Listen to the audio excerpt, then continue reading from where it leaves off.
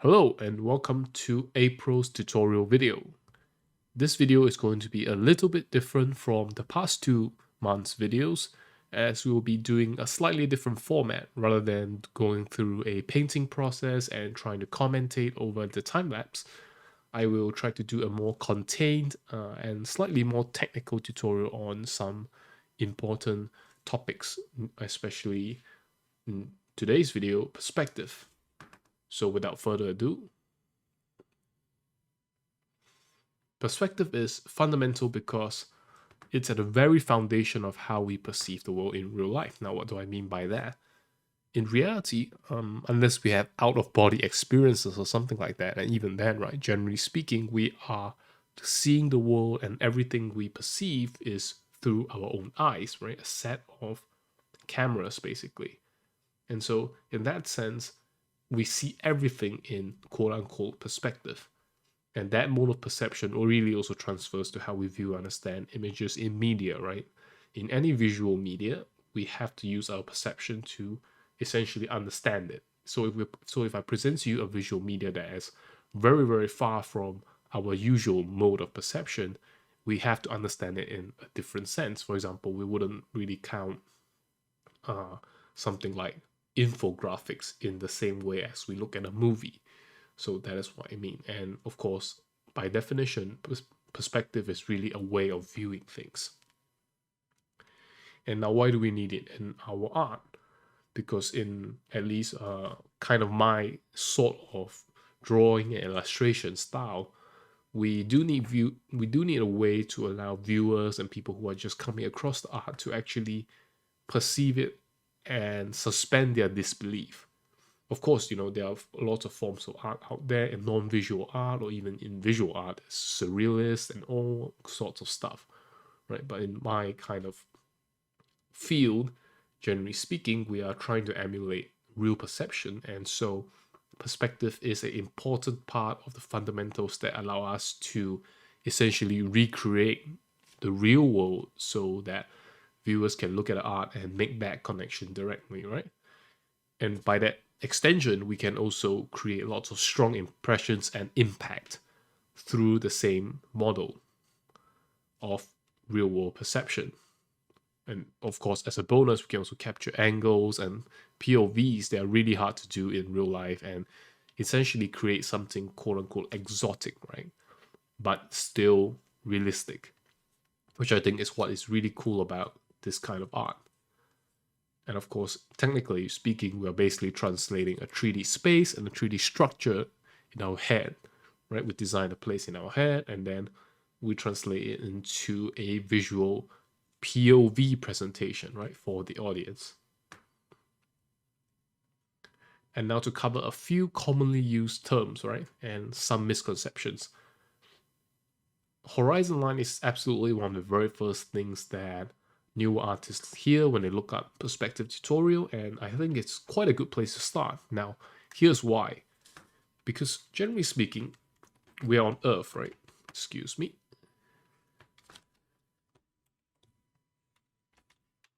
Generally speaking, we are on Earth, right? And here's us, and basically, for appreciable visible distance, everything is kind of parallel to this plane which is basically the ground that we stand on, that buildings stand on, right? That everything basically sort of stands on. And because of that, we really conveniently have something to align us, right? Everything is aligned to the same, not flat, right? It's very slightly curved, but as far as the eye can see, appreciably flat plane. And because of that, everything is aligned by gravity. It becomes very convenient as a lot of things that are essentially flat or can be perceived as abstractly square or cuboid, right? They essentially align themselves to the same alignment. And which is why horizon line is so convenient. This basically refers to edges parallel to essentially the ground that we are standing on right now. Wherever the camera is placed, as long as it's not oriented off, rotated or tilted too much, horizon line makes a lot of sense. And next, we have vanishing point, which is also a very commonly used term. So what does vanishing point mean? Now, obviously, when you have a lot of edges and we want to put them into perspective, and as they recede into the distance, we can extend their projection and eventually they will reach an infinitely small point in the distance, right? That's why we call it a vanishing point. It appears as if to vanish. And lastly, endpoint perspective, right? And end being 1, 2, or 3, which is the usual stuff. Of course, there's also 4, 5, and 6, which we will touch on a little bit later. So this is also a little bit interesting because a lot of times people refer to 1, 2, or 3 very definitively, right? They say this is 1, this is 2, this is 3, and then you have to pick one in your art and stick with it. I think that is not quite the right way to view it, even though it is a good and simple, straightforward introduction to the topic. So I will also clarify a little bit more on this later. In fact, it'll actually be one of the main things we are talking about in this video. Moving on to some misconceptions. As I just said, right, not everything has to be assigned to a vanishing point. Let's say you're using a 3-point perspective, not everything in the scene has to be assigned to these 3 points, right? And neither does it always follow the standard model of, like we have a building, we have a building here, and then, right, it converges to the top and the sides, right? This is not always this case for 3-point perspective, and how do we exactly classify 1, 2, or 3? We'll talk about that a little bit later. And also, right, because of how horizon line is so convenient and so prevalent in real life, and generally speaking, most illustrations that have a camera that's not going wild, most people are also going to believe that lots of vanishing points are going to end up on the horizon line, which is not always wrong, but there are always alternate cases where this really could have exceptions made for it, right? They mustn't always be on the horizon line, essentially. And lastly, of course, from extension by that, horizon line is eye level, which is mostly true again, right? Because of the nature of how, generally speaking, we're on the Earth. With most of our lives, we are going to have a horizon line, no matter whenever we're just standing up straight on the ground. Just by nature of gravity and how it really just unifies everything in our visual field to essentially sit on this plane. Now, moving on, here are some images, right? So how do we classify these images into 1, 2, or 3-point perspectives, right? It would be an easy question to ask, but in reality, it's a little bit more complicated than that. So obviously this image is fairly easy, right? Very, very obvious edges. Very, very obvious straight and very inorganic edges to make use of. So that's no problem. What about this image? Similarly, right? The train carriage itself is not difficult to map out a perspective at all, and it's fairly simple. But when it comes to organic shapes, like for example, this lady here, how are we going to map her perspective, right? How does she recede from this point to this point in the scene, right? How does the perspective affect how we perceive the size, her perceived size of this person as she recedes into somewhere further away from the camera than here, right? Same as how this character here, this person here, because it's a photo, this person here appears larger than this person here, right? To calculate the ratio of this is a little bit more complicated, but it also falls within the realm of perspective. And of course, in this image, things start to get a little bit difficult because it's fairly inorganic and the horizon line does not help us too much here because of how organic the shape of the hill is and how this large, very dominant plane in the image, right, isn't quite, aligned to the horizon line or eye level as we normally see it, or really aligned to gravity because of how, just mounds of dirt are, right? So it's a little bit more complicated. Same here with this image, right? Initially, it seems like a simple 1-point perspective. And in some sense, it is a very classic example that you might use if someone asks you, hey, what's a 1-point perspective? And I think a lot of dominant visual features are parallel to each other, belong to the same set of parallel lines, and they converge towards the so-called 1 point. Same thing with the tree line, right? Even though the tree is organic, but generally because we assume the trees to be about the same size, this does seem to be a manicured, little tree garden. They also kind of follow the same vanishing point, right? The 1 point. But obviously, immediately, if we look at some other structures, we will have a little bit of thinking to do. For example, this pillar here, right? Where are these lines vanishing to? Now that's a good question, right? And that we will talk a bit more about a little bit later. So in this tutorial, we will be covering 1, 2, 3, 4, 5, 6, right? Plus is really just some extremely rare cases that I'll lightly touch on, but we'll be covering these types of perspectives, or rather why they are useful and how they are not, right? They're not always very useful to classify them as such, but they're also good ways to begin drawing sometimes. And we'll also be covering cameras and focal lengths and lens types. Now, don't be deceived by the word camera, right? It could also refer to your own eyes or whatever that you choose to be the POV in your image, right? It could even be like a blueprint. You could draw a blueprint of a room and you will still need a POV to illustrate a room. So really that is what I mean by camera, right? As well as distortion effects, including convergence due to perspective, right? Including convergence due to perspective. How these distortion effects affect what we see and how some of them are common and all that good stuff. So now, to quickly introduce you to 1, 2, or 3 point perspective, essentially the basics, and very commonly, they are basically known as these types, right? The kind of things that you'll find almost immediately on any kind of online perspective tutorial. In a sense, they're also good, as I've just said. They're good as a quick and straightforward introduction to the subject because it teaches you some very simple concepts like converging edges and how things recede into the distance, right? Of course, 2 points, classically, people draw like the corner of a building. Right, let me just follow the lines here. People draw the corners of a building and say, okay, this is 2 point perspective because 2 edges or 2 planes are converging on these 2 points. And 3 point perspective, usually people take into account the zenith, right, which is the top of the frame. And basically they just draw the same building, but now the sides, right, the sides converge up.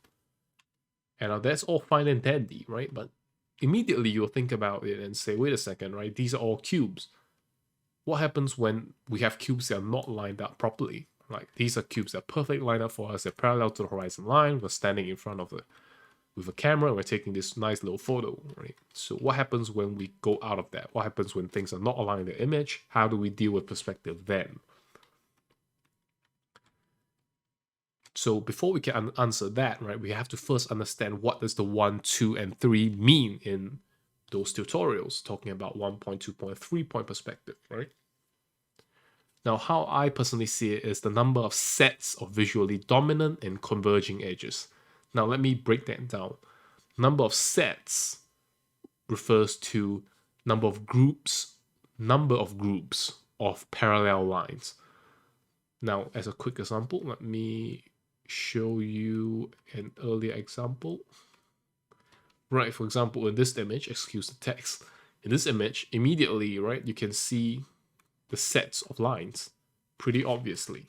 So let me use an orange line here. Right, for example, all the orange lines belong to a single set, right, set.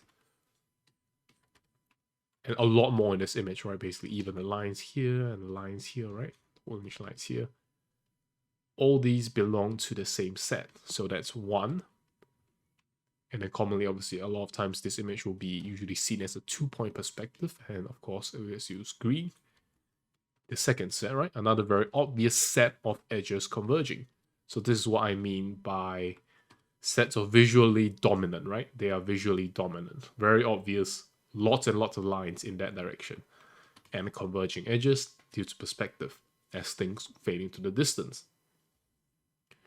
Now, obviously, there's some caveats here, right? Like, for example, there are also less obvious sets of edges going on, right? Just to keep that in mind. And also, 1, 2, and 3 generally refers to in main axes, like very, very distinct axes. for example, very, very minor, like for example, little turns and contours in the pipes here, right? Generally, we would not consider this, right, part of either set. So that is what I think they mean when they say this is a 1-point perspective drawing, this is a 2-point, this is a 3-point. Now, the reason for me to covering this in depth is to try explain from ground up the kind of understanding that I have tried to develop on perspective over time. Now, as a quick example, right, as you can see, here's a standard 1-point composition by a very excellent photographer. This is a great photo. And as you can see here, we have very, very visually dominant lines. Very visually dominant set of lines essentially going in. And now you may say, wait a second, right? There are also lines here. Excuse me, let me use a different color. There are also lines here, right? And lines here. Why is this a 1-point perspective? And here is the answer why. Just as we have just said before, right? Remember converging edges. Not all sets of edges in your field of view from your POV appear to be strongly converging, mainly because they generally are not receding into depth, right? We always use the word depth. They're not receding far away from you. So as you can see here, independent edges, right? Like these edges themselves, they're kind of at the same distance from you, right? For example, this edge here, this edge 1 and edge 2 are somewhat approximately at the same distance from the camera. So it's difficult to really, count them or see any kind of convergence that's going on. Now, we'll go a little bit more into that later, but for now, you will notice that a lot of these edges don't really converge. They're almost completely parallel to each other, right? Going this way and going this way. So they do not fall into the categorization to count them as a second point, right? So this is still mainly a 1-point composition, which is these green lines, because these green lines illustrate how a lot of edges are receding away from the camera. A lot of points in this structure are receding away from our point of view. And again, as a reminder, dominant visual elements with parallel edges, right? And as we have just said, 95%, essentially 95% of the dominating elements, these green lines are converging edges. And of course, this creates an illusion and an impact is achieved. And this absolutely looks great. It really draws our attention, and it really draws our attention to the centerpiece here. It allows us to center our focus on the image and makes it striking. So there is obviously good reasons to use quote-unquote 1-point compositions, right? To focus attention, to be very, very sharp. And of course, while this is a great type of composition, it is not the only type of composition. And of course, as we draw and as we explore, and then there are more things that we want to express, this may not be enough. And now moving on to 2 and 3-point perspectives. And by 2 or 3, I mean the traditional definition and examples of 2 and 3-point perspectives, as we'll go into why actually there are also plenty of non-traditional ways to count vanishing points. Now, obviously, in the traditional sense, there are 2 sets of pretty dominant edges here. Dominant and distinct, right? Like this is one. We use a flat brush, and this is 2, right? So this is why we give rise to the fact that this is called a 2-point perspective. And in here, for example, we notice that there are 3, right? This is 1, this is 2, and let's use blue. This is 3, right? The 3 distinct edges, or rather 3 distinct sets of edges, as classically, right, or commonly illustrated, right? There's the receding left and back, receding right and back, and receding up and back into the frame. Now, actually, if you are a bit more observant, you will ask, hey, wait a second, right? This should also be number 3. Why is this 2 but not 3? And that is actually an excellent question, right? This is why we need to also cover how lens distortions and lens sizes, right? Lens focal lengths actually affect our perception of these and perception in general quite a lot. So in reality, this is probably actually a 3-point perspective if we count this in.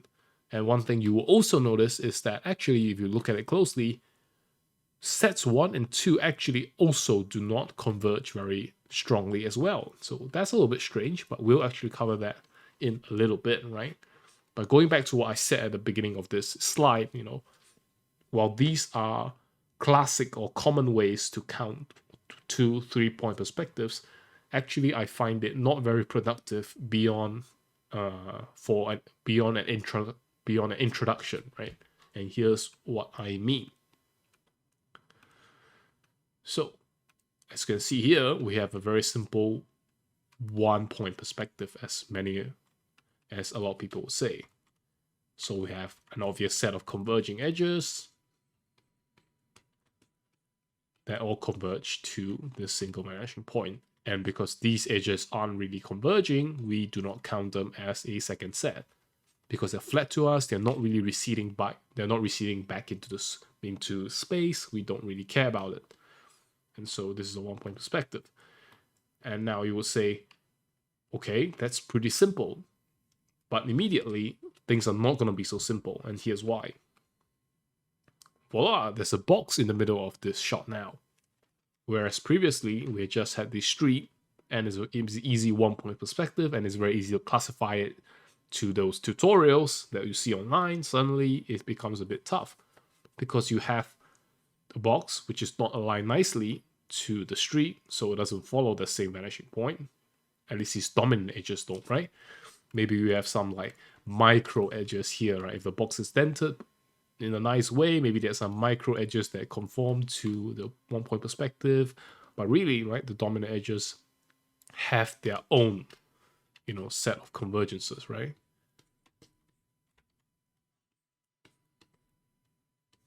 Right, so immediately you'll notice that, wait a second, is this a 3-point perspective? Because we have 1 from the blue, and then 2 and 3. And this is why I mean, overall, I would not recommend labeling your drawings a 1, 2, or 3-point perspective beyond, an introductory phase. Because as you can see, the moment we drop something to the scene that does not quote-unquote conform strictly to the very basics, immediately it can be a source of confusion for newer artists. So I just want to take the chance to remind others, because when I was newer, I actually got a bit confused by this part, right? That essentially you can have as many vanishing points as you want in the drawing, right? And by that definition, as long as there's a visually dominant converging edge, you generate a vanishing point.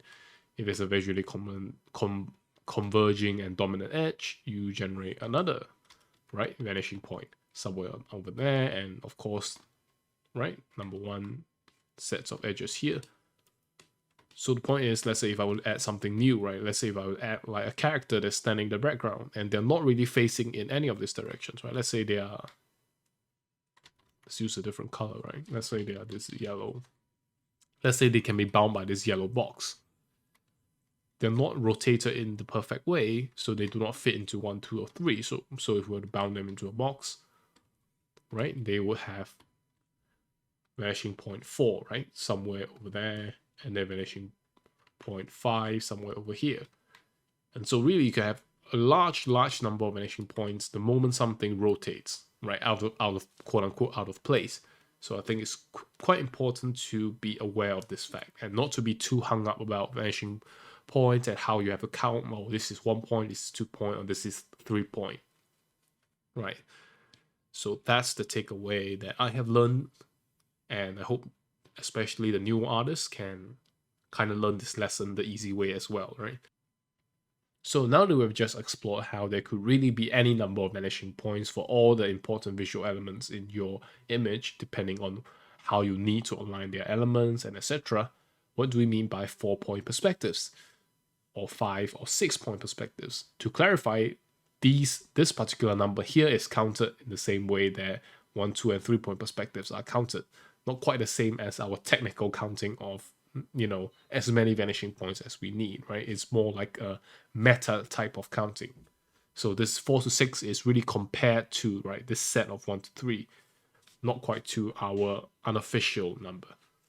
So to recap, what we actually have been seeing all along is taken with a rectilinear lens, which is actually really common and dominant in basically visual media. Most things are seen in rectilinear, and things that you see in curvilinear are very obvious because it's a fisheye lens, basically.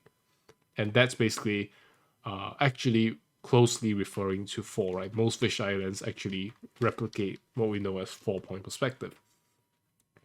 To replicate 5 and 6-point gets really wild and very uncommon, right? And it's almost impossible. And all these are 5 and 6 are basically completely impossible, and 4 is almost impossible to notice in real vision. So here's an example, right? As we've just said, this is a curvilinear lens. This is images basically the very first image you search up when you search rectilinear versus curvilinear. Right on the top image is taken by a curvilinear lens. As you can see, there's obvious distortion, as in barrel distortion, right? Like curves distortion. However, what this does is actually maintain certain aspects of the image better, like relative size, right? Proportions are somewhat actually maintained well here, especially near the edges. But the issue is, because we do not really live our lives seeing like this could be quite, how do I put it? Not very immersive to the viewer, right? It can certainly come across as a little bit too gimmicky. So generally speaking, illustrations are done in rectilinear. Now this is a rectilinear image, and obviously immediately things look much cleaner. The lines are straight as they should be, because we know these are not organic shapes, right? These are pillars, metal pillars, right? Floor tiles are straight, etc. Now, obviously, there's still going to be a weakness to rectilinear lens, as we'll soon find out. But at the moment, this is really all you need to see to understand the main difference between the two. And of course, this image here uses quote-unquote 4-point perspective as well, right? Taking into account distortion along the side to side, or rather up and down plane, right? Generally speaking. Notice how our eye level is near these blue lines here, and the part above converges to one point, and the point below, or rather the areas below, converge to another point. And since we can't basically just like snap it like we bend paper, there's a curve in this distortion, right? Something that doesn't happen here. Notice how they just generally converge upwards, which is another caveat of, right, rectilinear lens. And there's a little bit more to it, but we'll explain it in a little bit. And of course, before we go any further, right, I have to remind everyone of an obvious key rule. And things further away from the point of view appear smaller as a result of how they're just further away, and convergence of edges, convergence of points, right? And of course, this doesn't just exist in depth, right, front and back, but also side to side and up to down, which is a lot less noticeable for us, but still there, right? Which is why I said there is a very small element of distortion in our real life vision as well, but mostly it is 99% centered on depth, right, forward and back. And obviously here's a little graphic here, from 1 meter to 10 meters to 100 meters to 1,000 meters, right? Like things get smaller. And a key thing to note here is perceived size decreases proportionately as distance increases. What this means is, if something is 1 meter away and is a size of, or rather perceived size of, say, 1 meter, when it goes to 2 meters away, it goes to a perceived size of 0.5 meter. And if it goes to 3 meters away from the eye, it now has a perceived size of 0.3333 and so on meters, right? 1/3 of a meter. And then that's how it basically scales. And if we look at this graph here, right, for the mathematically inclined, an object perceived size is inversely proportional to the distance between the point of view and the object. This is actually quite interesting, because this is the observation we make. This is observation we make, right? So as you will notice, one thing that we can see immediately is how at low distances, a little bit of change in distance, right, makes the size of the object drop by a lot. I think it's pretty straightforward to read this, right? Like say at low distances, let's say this is 0, so moving from 0 to 1 meter, right? Let's say the size now is 1 at this stage, right? Like 1 meter away, the thing appears as 1. But at like very, very close to the camera, let's use a different color. Let's say at this green point that is very close to 0, the object essentially appears like 20, right? Because it's so big, it takes up a huge amount of view, which makes sense. And then as things get further and further away, you will notice that for every change in distance, the size change actually becomes really small, right? Convergence becomes less obvious at long distances. So for example, in here, right, like we basically moved a massive amount of distance away, but the size of the object like dropped basically the width of this line, right? It really dropped very little bit, really dropped by very little. And this is pretty important, so please do keep this in mind, right? As things go further away, their size changes less and less by every meter they move out. Now, a quick way to think of this is from 1 to half, right? Is a huge difference. This thing basically changed by half. It's huge. The size of something just halved, right? That's very, very noticeable. But at 1,000 meters, you go from something like 1 over 1,000. And when you move things back 1 meter, rather than halving it, it goes from 1 over 1,000 to 1, which is really, really a tiny change. And this is how the math works, right? Y equals 1 over x. And apologies for this very technical explanation, but I think I have to be thorough, right?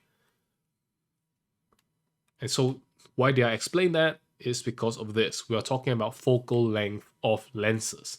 And focal length of lenses is important because this allows you to actually interpret your own perspective grid. Because if you have a perspective grid, it tells you how things line up, but it doesn't tell you what kind of quote unquote focal length or lens width you are using. So you could follow a perspective grid and then get things wrong, right?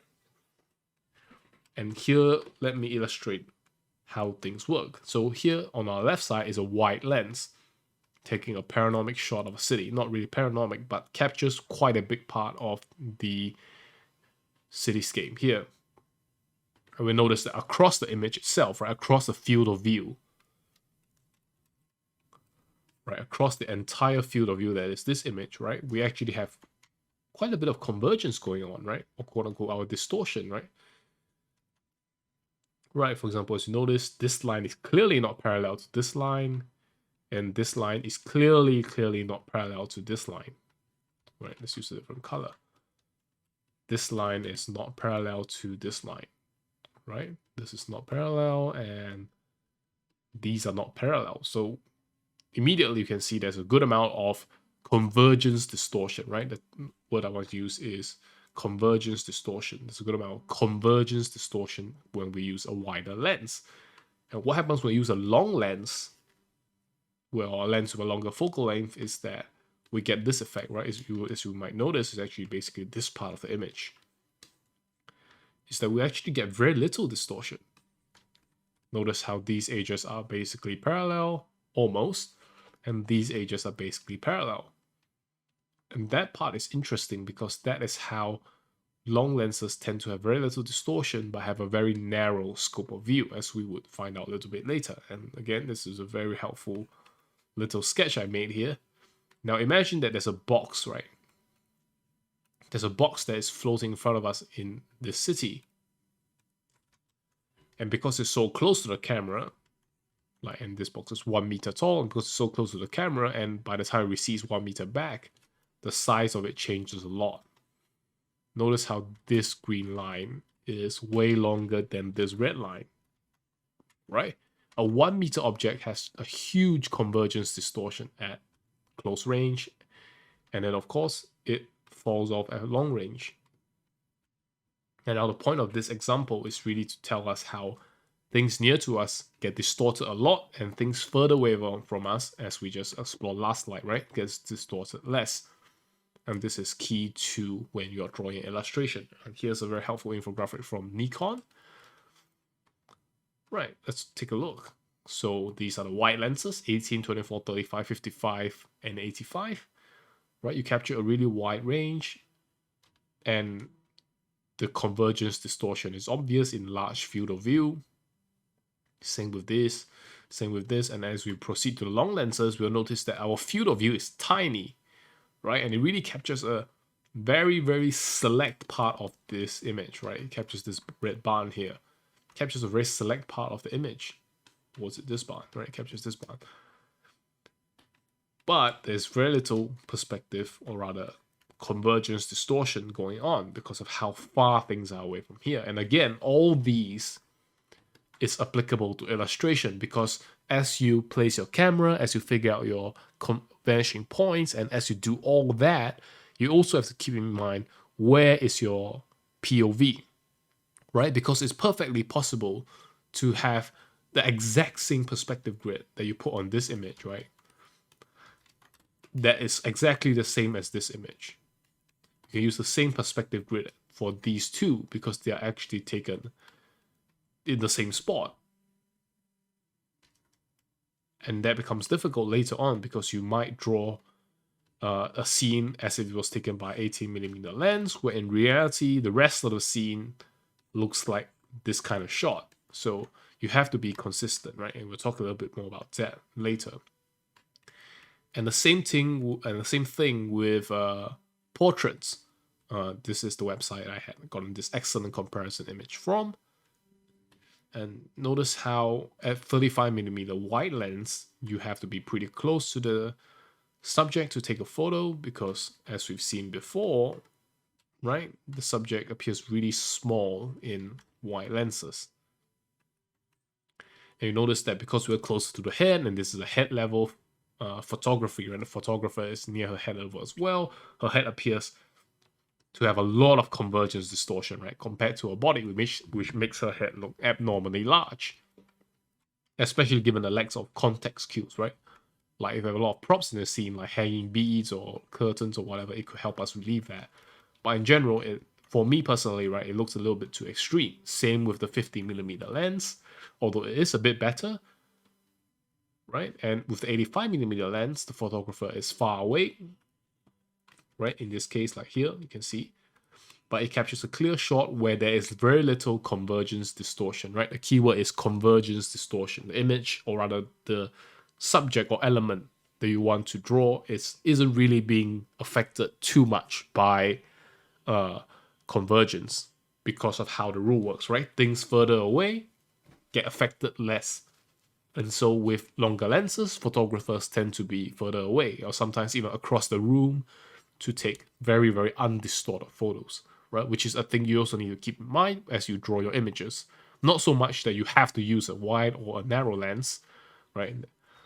But the fact that you have to be consistent. If you're using a wide lens for the scene, then you have to make sure everything corresponds to that, right? And be consistent. Otherwise, things just look wrong. And to recap, here's a quick set of pros and cons for long and wide lenses, right? What kind of situations would you like to use long lenses? When you want to preserve the proportions of the subject, it's a good time, as we've just seen before, right? You want to preserve good proportions and very little distortion, which is very useful when coming to drawing characters, right? Because generally speaking, we do not see other people in a fisheye view or wide lens view, right? We generally see other people with a rather neutral, undistorted view. So this could help, right, with our perception and how it translates to illustration and how it's more easily acceptable by people looking at it, and it looks more appealing.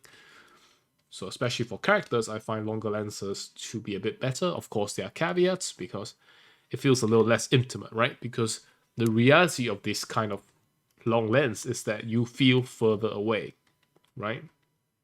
The scene does not feel as much, does not have as much depth, and you feel as if the scene that is being shown on screen isn't really wrapping around you, right? Compared to short lenses, where you feel like as you're looking at the image, you feel like you can sense, you can have a good sense of the surroundings and how it's wrapping around you almost, compared to long lenses.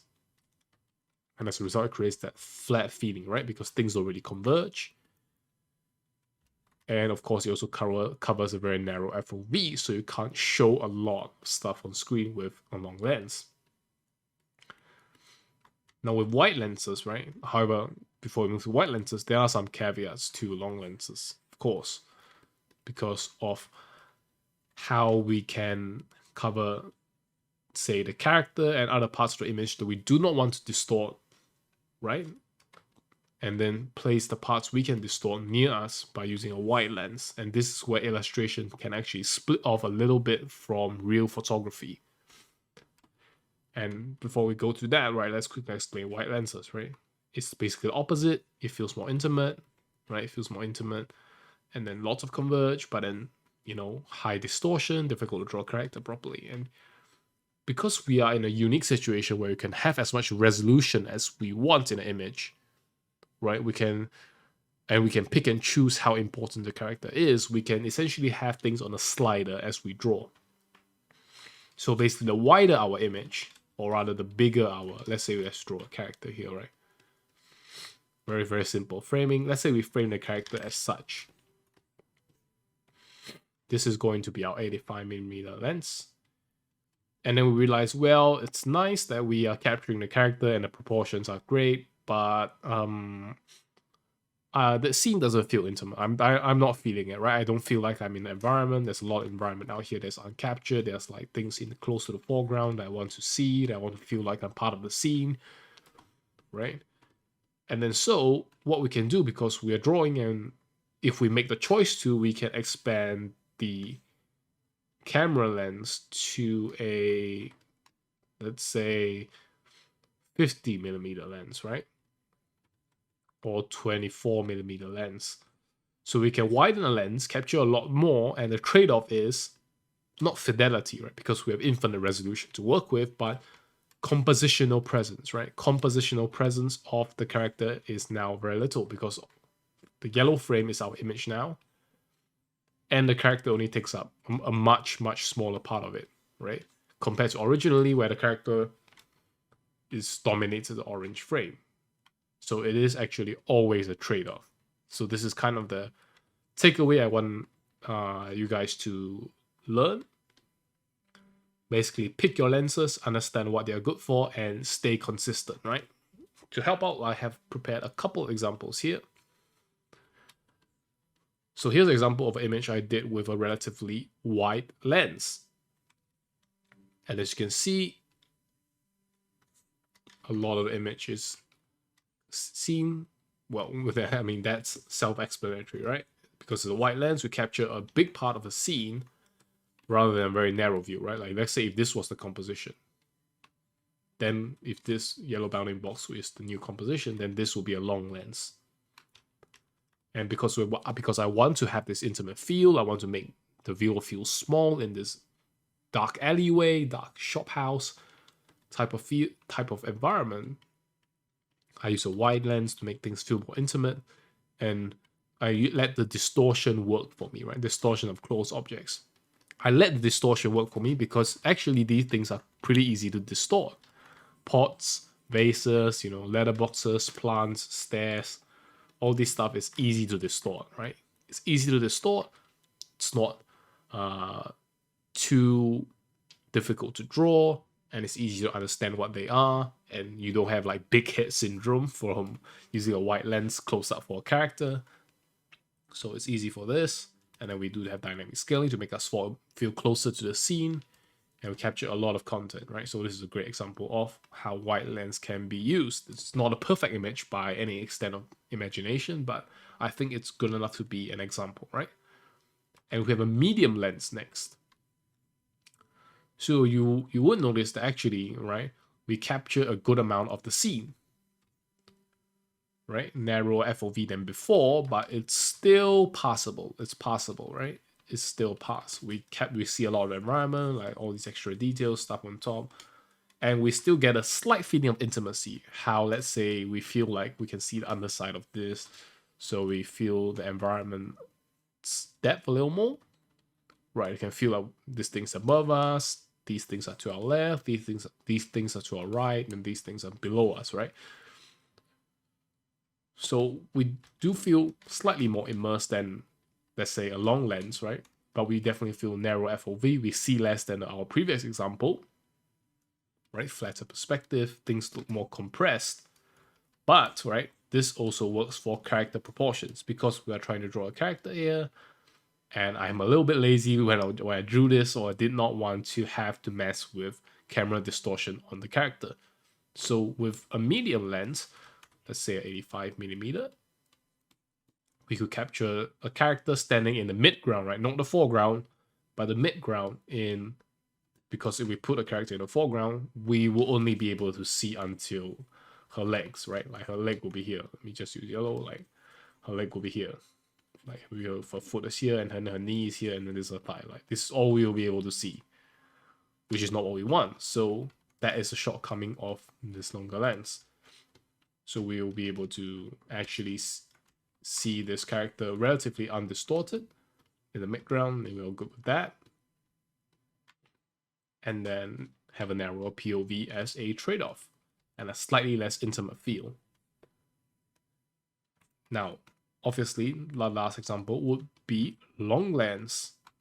Now, the great thing about long lens is that there's very low distortion of proportions, right? As you can see, I basically just drew all these things to scale with each other.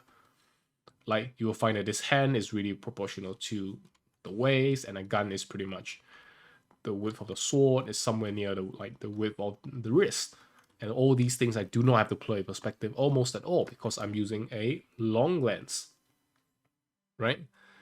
So basically what this looks like in real life would be, let's say we have this scene here, right? Like this character is here, and the sword is on her waist.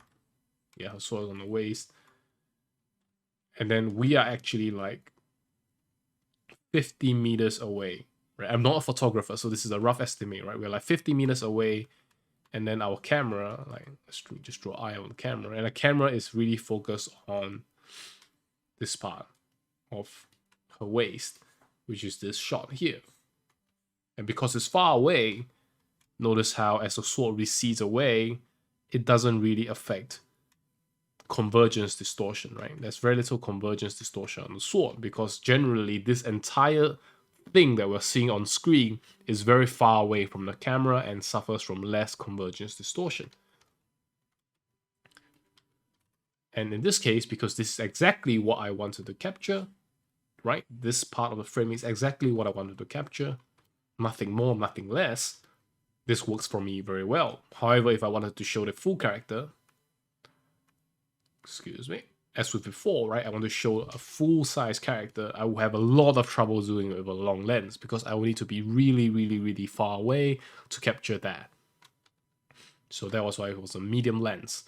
And in this case, because we did not really need to capture a wide shot to include more, and we only wanted to focus on a small part of the character, and we could just take the chance, use a long lens, get rid of the distortion, and have a very decent looking result over here.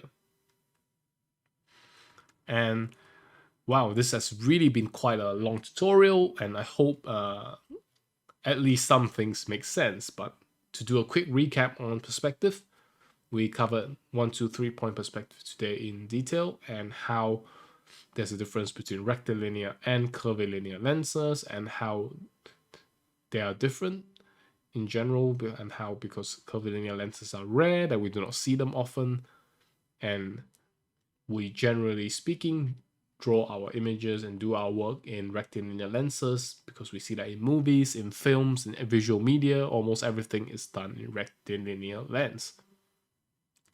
At the same time, to understand how beyond, vanishing points, how exactly is the scene, or how exactly do we see the scene, and through what kind of lens types, and where are we as a POV. We also went through wide and narrow lens, or wide and long lens, and their strengths and weaknesses. strengths and weaknesses to find out which one is best for us.